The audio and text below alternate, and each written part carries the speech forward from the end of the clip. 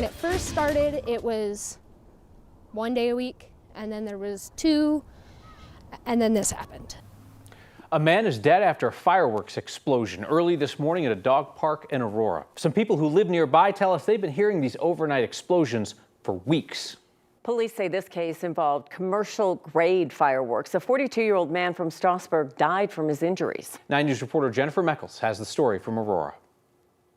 Grandview Dog Park is just a little area over in Aurora near Quincy Reservoir. Quiet tonight after what was a flurry of police activity throughout the day.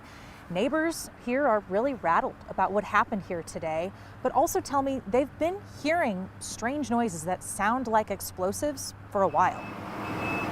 The way that it woke me up was almost like an earthquake. An explosion overnight rocked Juliet Thomas out of sleep. Last night, large boom. It shook the belongings in my bedroom and woke me up instantly, aggravated the dog, and scared me, honestly. She turned to her neighborhood apps to figure out what happened. Lots of notifications on Nextdoor, on Ring, 15 to 20 notifications in a matter of seconds. And what were they saying? Loud, did anybody hear this boom? Does anybody know what's going on? And you know, that ranged all the way from the Air Force Base all the way to where the park is, to close to where Cherry Creek is. So it's a wide area. About a 10-minute drive away is Grandview Dog Park in Aurora. Police say overnight, a group of people gathered here with several large commercial-grade fireworks.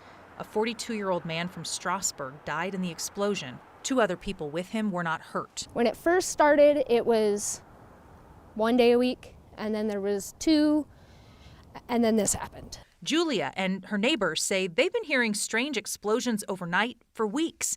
Now they're asking police if those explosions are related. Aurora police responded online today, not confirmed, but they're looking into it as part of this investigation. It's between the times of midnight and 4 a.m. And it's never consistent. There was one night it happened at like 2:40. Frustrating and scary for the folks who call this dog park and this community home. We shouldn't have to feel on high alert when we're playing outside. Aurora police tell me what they've said to other people on Twitter. They're not sure if what happened here is related in any way to previous reports about explosion-sounding noises, all part of this investigation. Police say this death was an accident. They do not expect criminal charges at this time, and the person who died, their identity has not been publicly released. In Aurora, Jennifer Meckles, 9 News. Arvada Fire says one person is in the hospital after a house fire tonight. It happened around 8:30 at 60th and Nelson in Arvada, a few blocks north of Stenger Sports Complex. One person in the home went to the hospital. It's not clear how badly they're hurt. Arvada Fire says that fire is under control. The extra day of February was worth it, weather-wise. We saw plenty of people out at Confluence Park along the South Platte River for Leap Day, meditating, fishing, walking the dog. It's just been a beautiful day, lots of sunshine, and going to take more of it into the weekend. Yeah, again, leap days should be in the summertime when the kids are out of school and people are on vacation, Lauren. But if we're going to have it in February, what a day. Man, I think today was a good day to have it while the kids are in school, right? That's why that guy was out there meditating. He had a nice, beautiful extra day of the year. Today, we did see very spring-like weather, temperatures. We saw temperatures in the middle 60s across most of the Front Range and Eastern Plains. Highs of 64 degrees this afternoon at DIA. Most of the Front Range and Eastern Plains was pretty warm there. You could see even some pretty warm temperatures in the high country, 20s, 30s, 40s, 50s this afternoon, and then middle to upper 50s off in the western slope. Now, as we take a look at our HD Doppler radar, we don't have a whole lot happening over Colorado, but there's a system to the northwest that'll be pushing its way through over the next few days. So we're going to continue to watch for the effects of that. The first effect will be gusty winds all across the state. We'll see those gusty winds and very dry air paired together across the Front Range and Eastern Plains as we go throughout our Friday and Saturday. So we're going to watch for some fire weather alerts over the next couple of days. Outside of the fire weather danger, we will see some whiteout mountain snow. Those gusty winds will also blow through the high country, but it won't be as dry there. It will be snowy, so we're going to watch for the roads to possibly be impacted there. And then some spotty rain snow chances across the Front Range and Eastern Plains. I'll have all of these details for you just ahead in my full 7-day forecast. Body camera footage from the January 6th insurrection led federal investigators to arrest a guy in Wheat Ridge yesterday. The FBI says during an interview in April of 2011, this man named Matthew Melson told investigators he was there for President Trump's speech on the January 6th, but he was far away from the Capitol building, that he saw people storm it from a distance.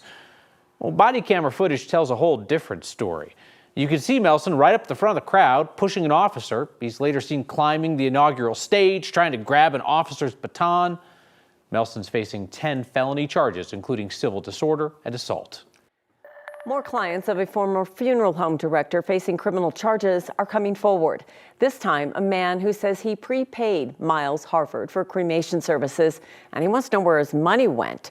Harford was arrested last week on a warrant after police say he left a woman's body in a hearse for a year and a half in the backyard of his rental home. Rich Snyder says he, in 2017, paid $1,200 to Apollo Funeral Home. He also prepaid $1,300 for cremation services for a friend in a nursing home. I did ask him way back when with both of these was, hey, if you go out of business, like businesses do, what happens to our money? And he said it goes into a trust. Snyder says Harford even gave him paperwork showing a trust account in his name at U.S. Bank. He went to that bank and then couldn't find an account for him or his friend. The Colorado Funeral Directors Association says what Harford did is not standard. Funeral directors usually use insurance policies for prepaid arrangements or hold money for prepaid services in a master trust run by all the funeral homes in the state. The largest healthcare provider in Colorado is also one of the most active when it comes to suing patients. Thousands of lawsuits every year have sent UC Health patients from the hospital room to county courtrooms. Tonight, 9 News reporter Chris Vanderveen continues his investigation into UC Health's billing practices. He spent a morning inside one of those courtrooms to get a better idea of what's really going on. Yes, it's very stressful. It is.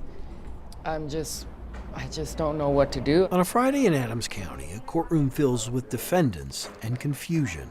They know they're supposed to be here, even if it's not entirely clear why. I am very surprised. I was swept off my feet about it. In the hallway, I find Angela. This notice says she owes $2,700, all for a 3-year-old medical bill she tells me she didn't even know she owed until she was sued. For some reason, they're suing me, and I've never seen any bills about it, any itemized bills about it. Back inside, we see a line form. A clerk tells the defendants they need to meet with a stranger. It's not clear they know that stranger is an attorney suing them. It's debt collection day, and the only lawyers here represent the debt collectors. People are kind of on their own in these situations. Yes, and they flounder on their own. Attorneys like Matt Aguero try to help people like these, but he admits the amounts routinely sought, $500 to $5,000, make it impractical to hire legal representation. That's the sweet spot for the debt collection companies, because that's exactly where they know nobody's fighting back at this amount. Okay. Angela's case is like a few here, tied to a business she does not know. I'm here because a credit service company is suing me for a hospital bill that I've never seen any proof of. Credit Service Company, or CSC. Are you Caroline? Caroline Sada represents CSC in court, a company our investigation found sued more than 1,500 people last year. I asked Caroline, just who owns this debt of people like Angela? Oh, no, Credit Service Company doesn't buy that. Doesn't buy debt. Right. A critical answer, because as we found, when CSC sues people, it does so on behalf of another business that does own the debt. Today, that business is UC Health. Our job is to stay out of the courts. UC Health's chief legal officer insists the hospital giant doesn't like to sue patients. But we found in 5 years, it still sued more than 15,000, an average of 8 per day, year after year after year. Why continue to do this? We do not want to end up in court. Our goal is to work with patients. When it no longer wants to work with patients, as we first uncovered, UC Health sues them, not under its name, but under the name of a debt collection company like CSC. They served my daughters while I was sleeping at night, one night. Why were you sleeping? Because I had to go to work. CSC served Kathy Wood Sullivan months after Kathy's husband died, and years after she went to a UC Health ER. They just told me I was having a panic attack. And you left? Yes, sir.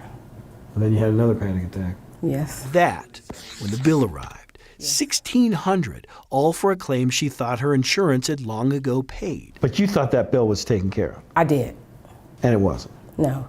Adding to her confusion, why was CSC the plaintiff in her case, not UC Health? They told me there was nothing they can do. I went back twice to see if I can get someone else. I was on my own. On her own and unable to pay, she went to a pawn shop to sell her late husband's gift to her. I sold my wedding ring to pay it off. I can't imagine that was an easy decision. It was the hardest decision, and I think about that every day. It's fair to ask why you should do it in the first place. David Seligman is now helping Kathy return the favor in this lawsuit against CSC. They argue if UC Health wants to do this, it must face the public relations consequences of suing its patients by suing under its own name. In our perspective, a fundamental black letter principle of law. If it's your debt, you put your name on the lawsuit. Due to that litigation, CSC elected not to comment for our story. Not so for people like Angela, who say they have no way to pay the debt CSC says they owe. Absolutely not. Alone and unrepresented, she faces difficult odds, at least she showed. We found most don't. More than 2/3 of the CSC lawsuits we tracked ended in what's known as a default judgment.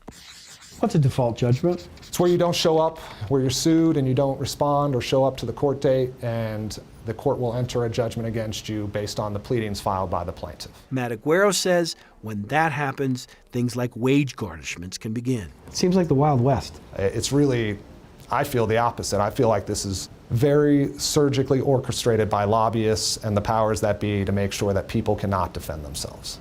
Intentional or not, it's clearly confusing. Just another day inside the state's courts. I would love to tell you, we're going to make this fair, we're going to make this right, but that's not the world we live in. That doesn't happen. And so, yeah, it sucks. Our guest investigation found as recently as the year 2020, UC Health did sue people under its own name.